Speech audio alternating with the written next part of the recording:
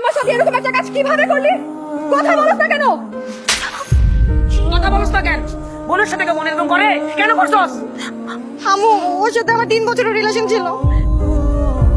সামান্য একটা ইস্যু নিয়ে আমাদের ব্রেকআপ হয়ে গেছে। আর ও আমাকে থ্রেট করছে যে আমাকে দেখা দিবে বিয়ে করে। আর বিয়েটা যে আমার বড় বোন কি করবে সেটা আমিও জানি না, ও জানে না। আমরা দুজন দুজনকে অনেক ভালোবাসি আম্মু, এর জন্য আমি এসব করছি। এই পাবেন, এই মেয়ে কি বলছে সব? আব্বা, ও যা বলছে সব সত্যি। আমরা আসলে দুজন দুজনকে ভালোবাসি। আর আমি?